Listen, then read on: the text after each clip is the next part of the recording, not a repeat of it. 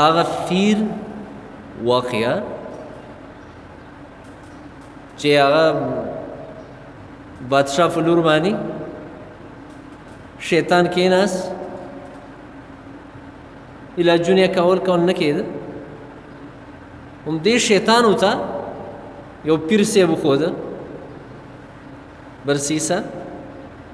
چې هغه لی بوځئ دې باندې پیریان دي نو دا پیریان به ترېنه پاسي هلته یې چې کله بوتله هغلته یې د هغه پیر صاحب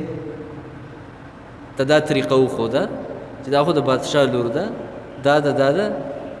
د دې طریقه دا ده چې دا یو څو ورځې دلته ځان سره د علاج دپاره ایسار راکتل هغه یې وکړل شیطان دغه فیر په بد عمل کې واقع کړ او بیا د دې یېرې د وجې نه چې د دې حمل شي یا یې حمل شو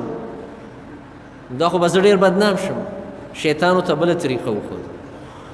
اوس ویل دا قتل که ته به د بدنامۍ نه بچ شي او په یو ځای کې پټه بس یو ځای کې خښه که هغوی تپوس وکړو ته ووایه خو درغلې ده په هغه ورځ باندې دروته دا چل یې پرې وکړه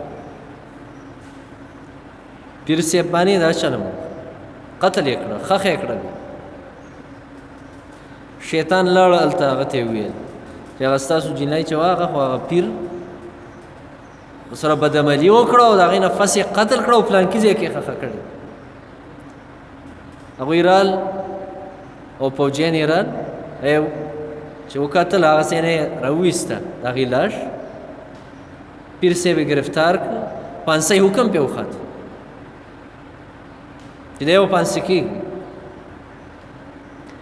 بیا ورله شیطان راغی یعنې د پانسۍ په ټیم کې او ته ویل پیره بچ کولی دې شم خو په یو شرط دې پانسۍ نه به دې بچ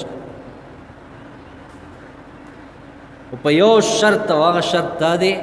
چې بس صرف ما ته دې خپو کې دا تندی کېده بس سجده راته ولګه بیا به دې زه بچ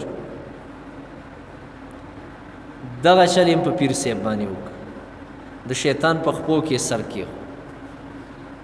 تندی ورته ولګاو سجدې ورته ولګوله او بیا ترې نه روان شو دا اوس د خپل کار پانسي شو د کوپر په حالت کې پانسي شو ځکه خلک وایي چې بې علمه شیخي کې چې بې علمه شیخي کې نو دا کوپر دی بس دا دا واقعه یعنی دا د زنانه او د ښځو د فتنې متعلقه یو واقعه ده او نور حکمتونه هم پکې ډېر ځکه نبي کریم صلی الله علیه وسلم دا وفرمایل چې دې فتنې نه ځان وساتئ